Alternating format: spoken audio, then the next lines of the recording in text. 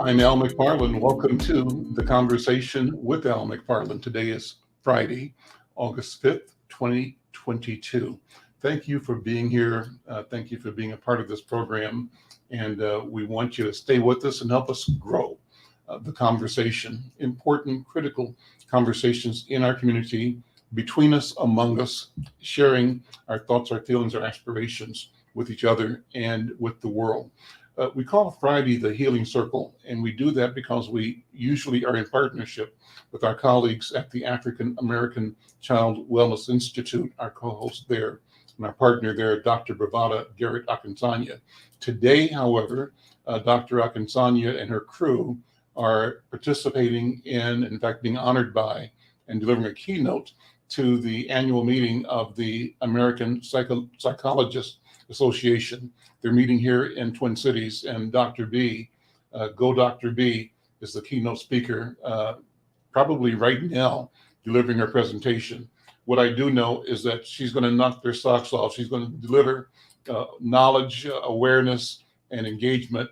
I don't use these terms. I apply the 3 I's to her to inform, to instruct, and to inspire. She's going to inform them about what's happening from our point of view, our way of knowing, the Africana way of knowing. She's going to give them specific instructions on how the profession itself can do better, be inclusive, and to be responsive to our sense of our humanity and our dignity and our aspirations. And she'll also inspire them. There won't be a dry eye. So kudos to Dr. B. We thank her for all she has done and for the partnership in creating the Healing Circle on the Friday edition of the Conversation with Al McFarlane. And so what we're going to do today is present a show that is a presentation that I chaired yesterday morning. I chair the monthly meeting of the Hawthorne Huddle. Hawthorne Huddle is led by one of my regular colleagues, a colleague on this show on Monday regularly. That colleague is Diana Hawkins. We call our Monday program, Monday edition of the Conversation with Al McFarlane, Governance from the Neighborhood Level. And two things here. Number one, make sure you bookmark your time to tune in Monday coming up, because this Monday, the 8th, the Governance at the Neighborhood Level program is going to feature a presentation by Turning Point. Turning Point is an African-American agency that provides culturally specific substance use disorder treatment. It also provides housing support and support services and training to adults. Wraparound services to people that are impacted by chemical abuse, substance abuse. And I have to say that Turning Point is a national leader, international leader in creating the language and the strategies to understand the value, the reality, first of all, and the value, the essential and asset nature of culture in the process of healing. So Dr. Peter Hayden, my friend and colleague, has been a pioneer in that arena, not only here, but around the country and around the world. His team will be presenting Monday when they talk about their work coming up on opioid addiction, and they want to make sure that we get that science. Well, the program we're hearing today, that's yesterday's monthly meeting of the Hawthorne Huddle, is really consistent with our mission on our Friday Healing Circle. And I'll mention 2 things specifically that make it so. One is we always have a report from epidemiologists from the city of Minneapolis that gives us an update on the spread, the impact, the trends around COVID-19. And in this program, you'll see a conversation on both COVID-19, its presence, and our responses in this community, in North Minneapolis in particular, but the city of Minneapolis in general. And you'll also hear that go into a discussion about monkeypox. What's the point? People suffer because of lack of knowledge, lack of information. We are demonstrating the efficacy of creating pathways to share information between us, among us, at the neighborhood level. And we believe that that commitment, that will to communicate, to share, to engage each other with critical, rational conversation and addressing policy and processes benefits all of us individually, as residents, as families, but benefits the community. This is what is governance at the neighborhood level. The second part of the program, the main feature of today's or yesterday's Hawthorne Huddle, which we're presenting right now, is an important discussion on the question of homelessness among youth. And in particular, we're hearing a presentation from an organization that's called what is it called? Let me get my notes here. Avenues for Youth, that's the right name. So we talked to the executive director and a team leader of Avenues for Youth, and they talk about homelessness in general, but homelessness in particular in our community in North Minneapolis. It's a big issue. It's a big issue. It's growing. And no matter where you are in the country, probably in the world, there's a question of how we should be responding to people that are unhoused and what challenges they are suffering, mental, physical, spiritual challenges, and that we have to be responsive to and assume responsibility for creating solutions. Well, that's kind of the big picture. One last thing I want to say before we start the show or roll the tape. On last Tuesday's program, we announced or invited you to win a ticket to the play at the Guthrie, Lynn Nottage's play at the Guthrie, which opened on, I think, Wednesday night before last. And I want to congratulate and announce that Mary Lynch of Minneapolis was the winner of a pair of tickets to the Guthrie Theater, Lynn Nottage's play. And you know what? I should pull my notes up because I'm right now blanking on the name of the play, and I apologize for that. Boss, you can help me if you can in the notes here. Sweat. There we go. I'm sweating now. So the name of the play is Sweat. Sweat is important because it's won a Pulitzer Prize for Lynn Nottage, and Sweat, for that Pulitzer Prize win, she becomes the only woman in the history of the Pulitzer Prize to win 2 Pulitzers for her work, Sweat, and an earlier production, I think it was called Floyd's. I could be wrong there. I think that's what it was. But we interviewed one of the stars of Sweat on Tuesday. Great program, good information, good energy. And as a part of that, the Guthrie provided us a couple of tickets to give away. And again, thanks to Mary Lynch of Minneapolis for responding right away with an email saying she was interested. And so we thanked her for her being a listener or viewer. And we want you to know that she won. We're going to be doing more. We have relationships with most of the entertainment venues in Twin Cities, and we'll be asking them to use our platforms to promote their offerings, but also provide access, tickets, invitations to you. And we'll do giveaways. We also have an ongoing relationship with the Minnesota Twins, and in the weeks ahead, we'll be announcing giveaways to all of the home games for the balance of the season. So stay tuned. Tell your friends. If you got suggestions or ideas of things that you want us to do that suit and support your lifestyle and your interests, we're interested in knowing that. My email address is right there on the screen, Arnold at Inside News. Talk to me. Let me know what's on your mind. I'm interested. And I thank you for being you. Well, listen, with that, I'm going to see you tomorrow, but we're going to start in a couple of seconds here, the Hawthorne Huddle meeting that happened yesterday. We're presenting it today as part of the Healing Circle. We'll see you next time.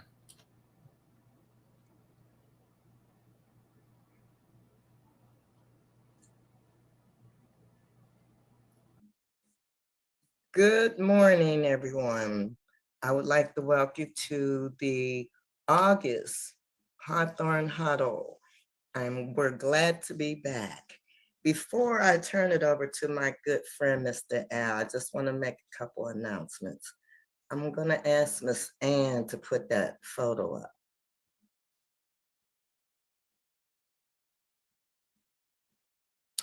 So the reason that you're seeing this photo is because I just want you guys to know that 26 years ago, these 8 people came together to make the Huddle what it is today.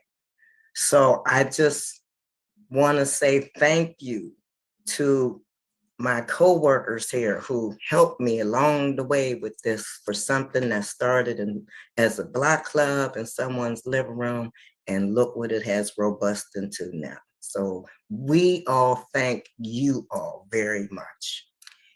And also, I would like to say, as one of our General Mills leaders, I don't know how many of you know Miss Ellen Goldberg-Luger, but something very, very strong and powerful happened for her. She was appointed by President Biden's administration to go overseas for the USDA Foreign Service to work on the Union Nation on global food security. That is a big plus, and I just want you to know, we are so proud of her, and I'm glad to call Ellen my friend. With that being said, I am going to turn it over to my good friend, Mr. Al McFarlane, to start the meeting. Thank you very much. Good morning, good morning, good morning. Welcome to the August meeting of the Hawthorne Huddle. We've got a great program, a great agenda. First of all, thanks to all of you. Congratulations to Ellen.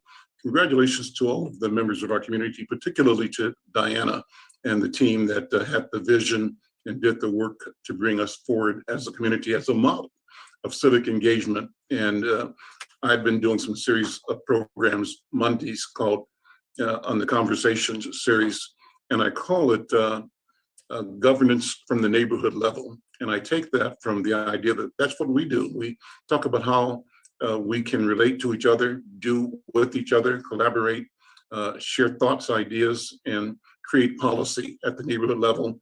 I think this meeting is symbolic of that opportunity and of our will to create and grow community. Well, with that, let's move into the agenda. And first, we want to have our regular COVID update.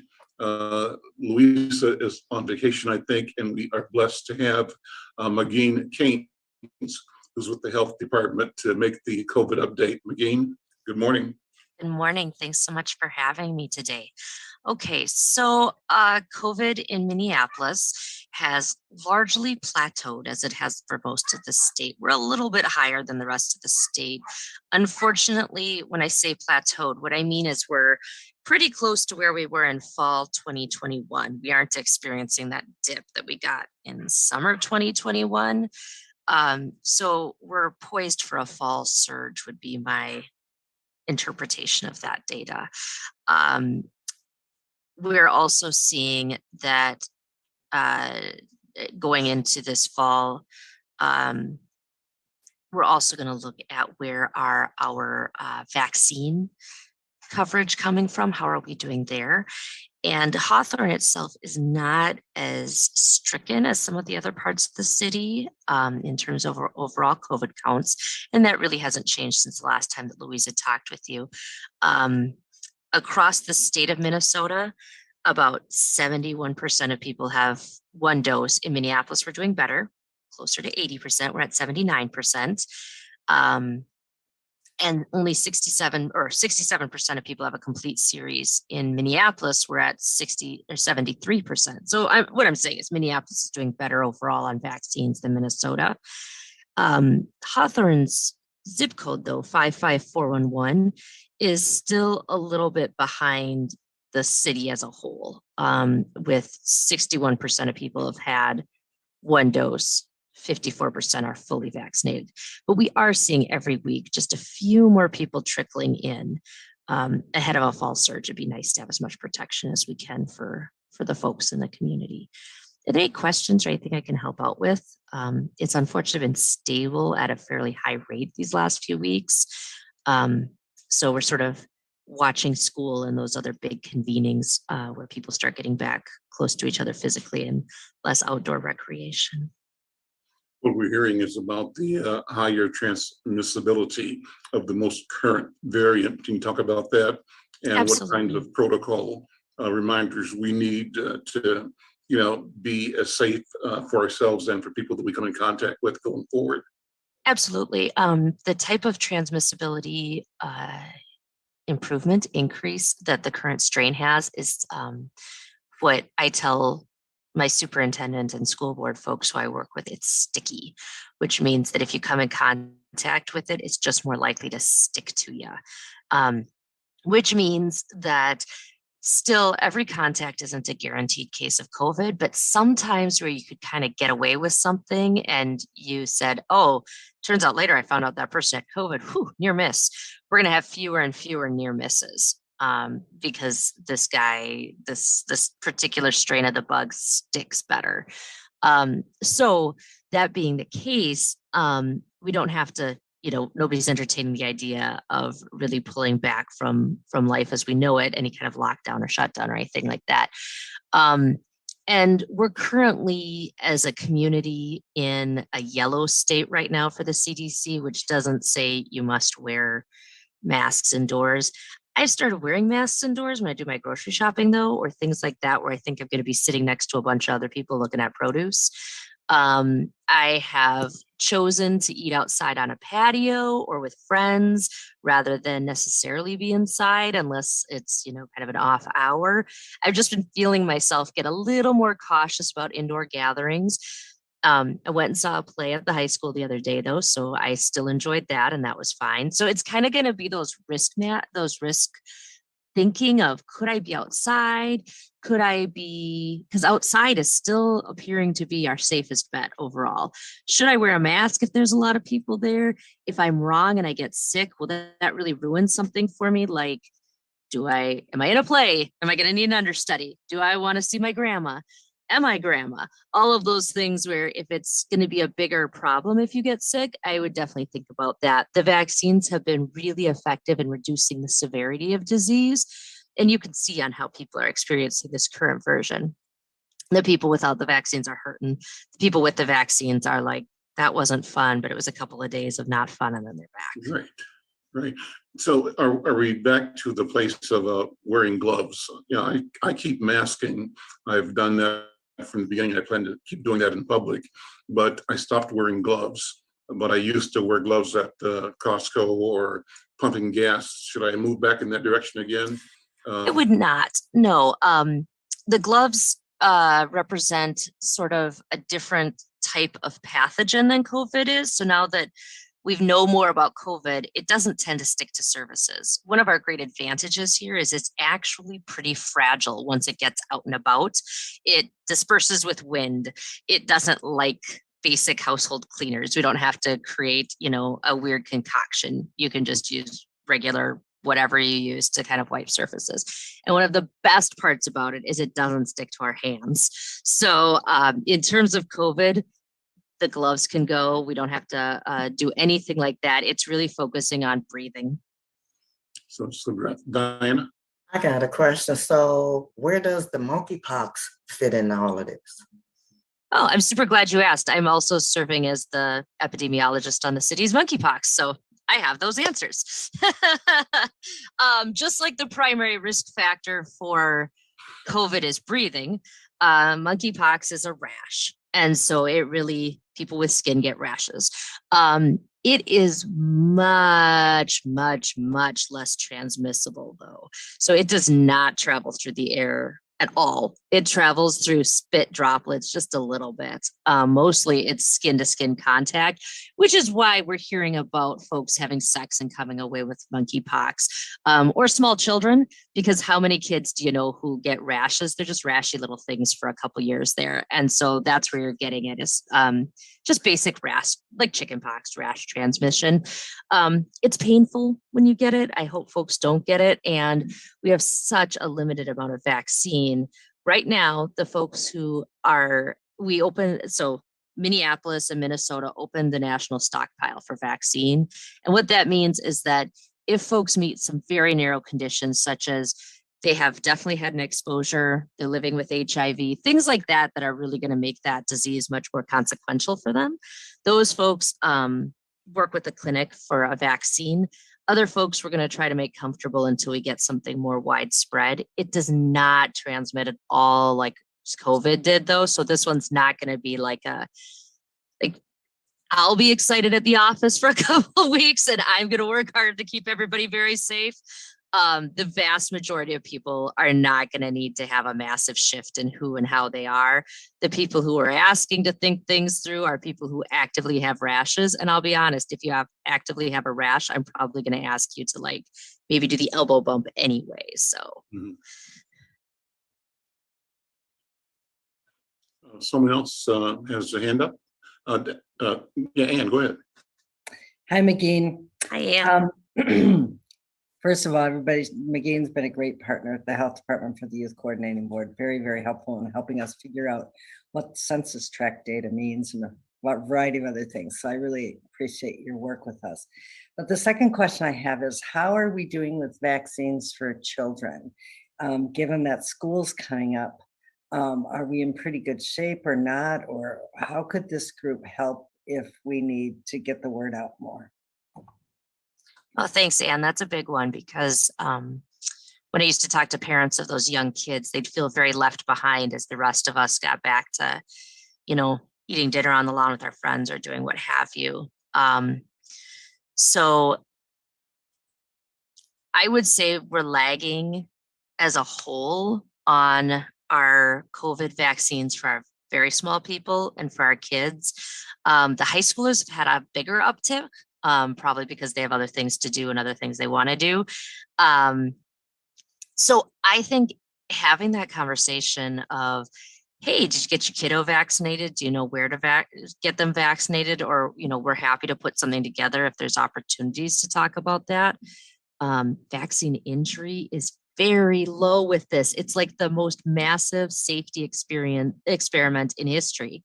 The grandparents tested the safety for the middle age, who tested the safety for the younger, and everybody before has tested the safety. So they've never quite had a rollout like that, where there've been so many people who have tested it ahead of the small kids.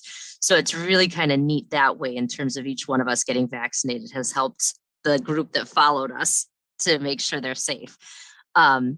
So we have things like that we can talk about, but we definitely want to get those little ones vaccinated, because the risks of long COVID are just no fun. And I don't want kids to have to deal with that. Some of those things are quite remarkable when quite noticeable. They're not just sick for a while, they're weak, or kids have a profound change in how their executive functioning works, things like that we'd want to avoid if we can. I think I saw a question about asking about monkeypox vaccine before school starts. I wouldn't worry about monkeypox vaccine right now. What we're working with in schools is the kind of the same thing we always work with is, if you have any kind of a sport where people have skin, like wrestling, for example, is a usual one. Love our wrestlers, but clean those mats. Love our wrestlers, but check in. And if anyone has a rash, don't participate that day. That's kind of a usual message that we send out to the athletic trainers. And we're not seeing the rash profoundly in young kids, only if that's already in the household. And recognizing that, of course, we have parents and community members, teachers, whomever, who also could get monkeypox.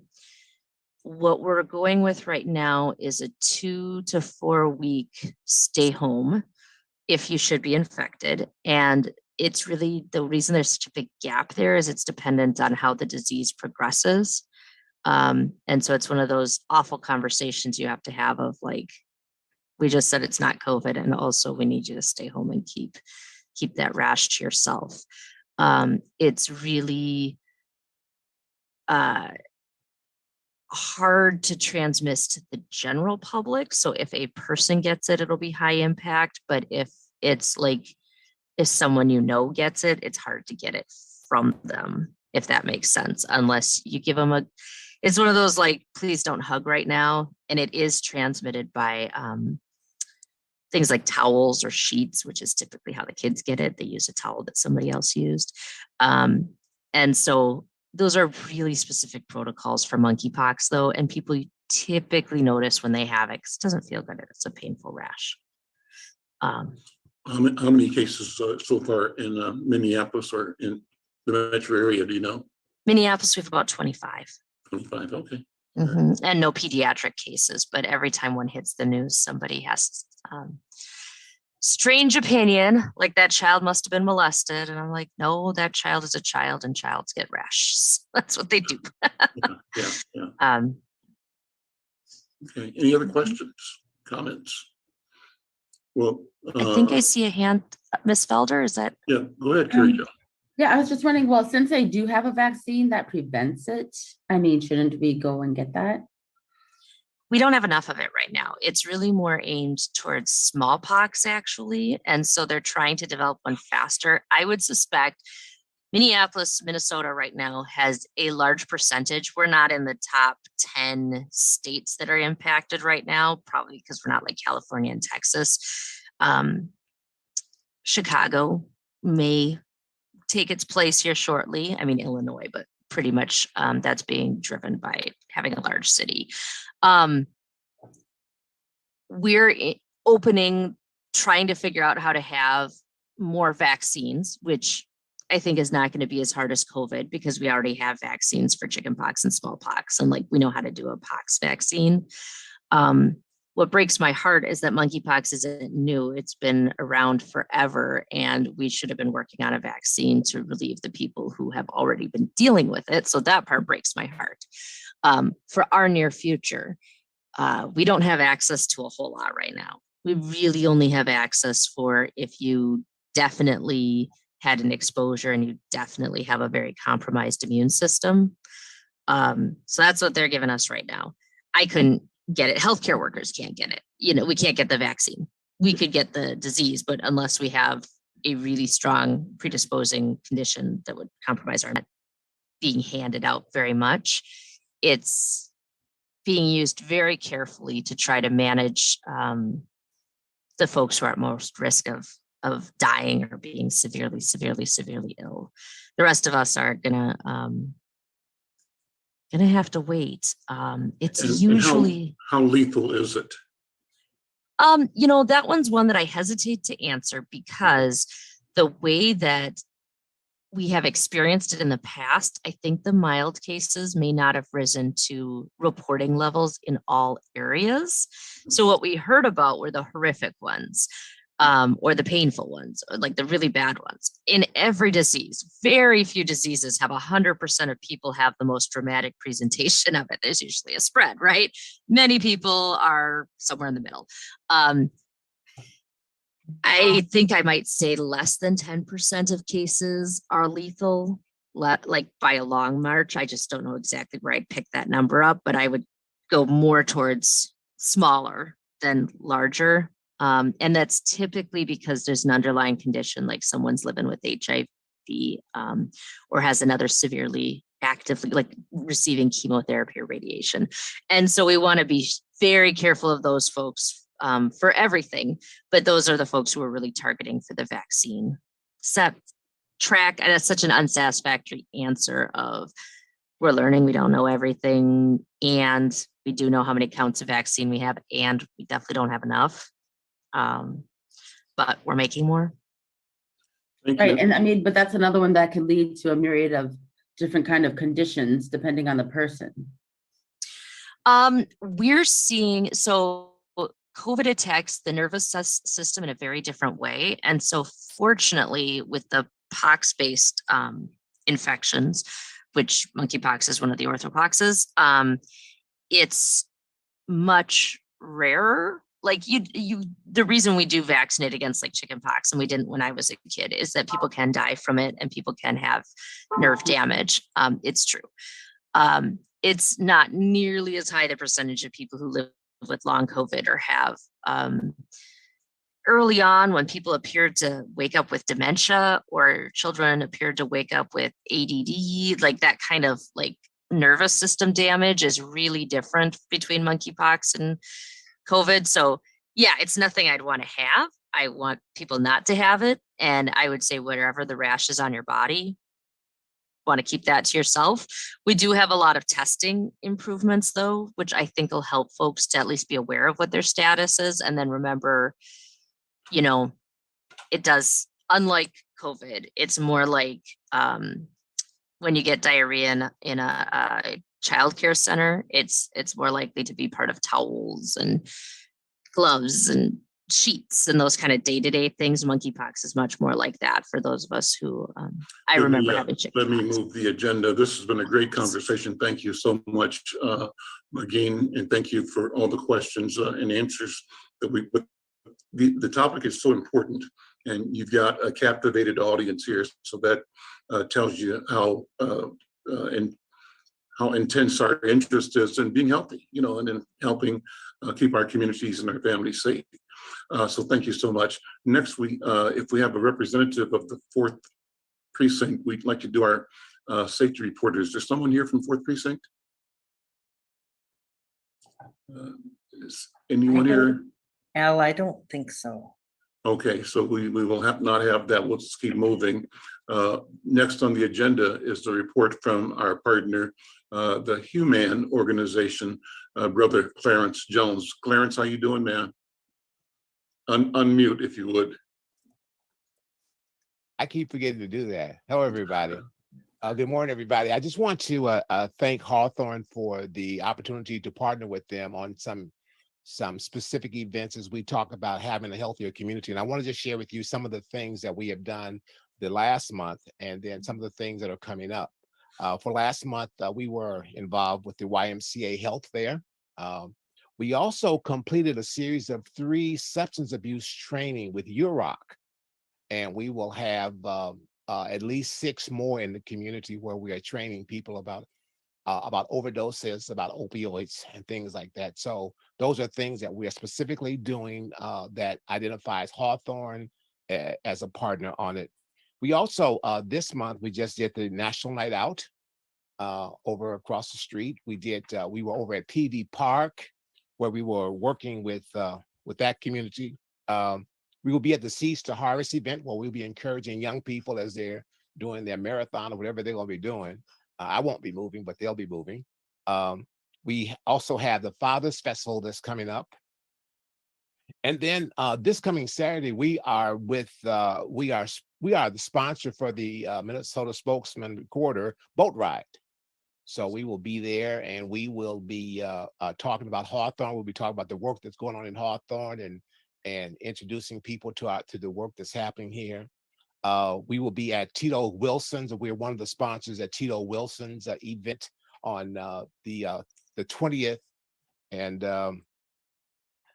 then we just got a grant to do before, during, and after the bullet. So we were talking about gun violence. And so Hawthorne is doing a lot of stuff, and we are very appreciative of being a part of that. And we just want you to know that we are definitely working and look forward to doing more to help our communities become healthier. So that's my report. And if there's any questions for me. And Questions or comments? Thank you, Clarence. Hey, Clarence, I thought I remember talking to you a while back that there was going to be maybe in the works, and I don't know if it's still taking place, of doing some type of survey around teens or young people. Am I correct about that? Yeah, we were talking about this whole idea around vaccine hesitancy. We hear a lot from adults, but we don't hear a lot from the young people.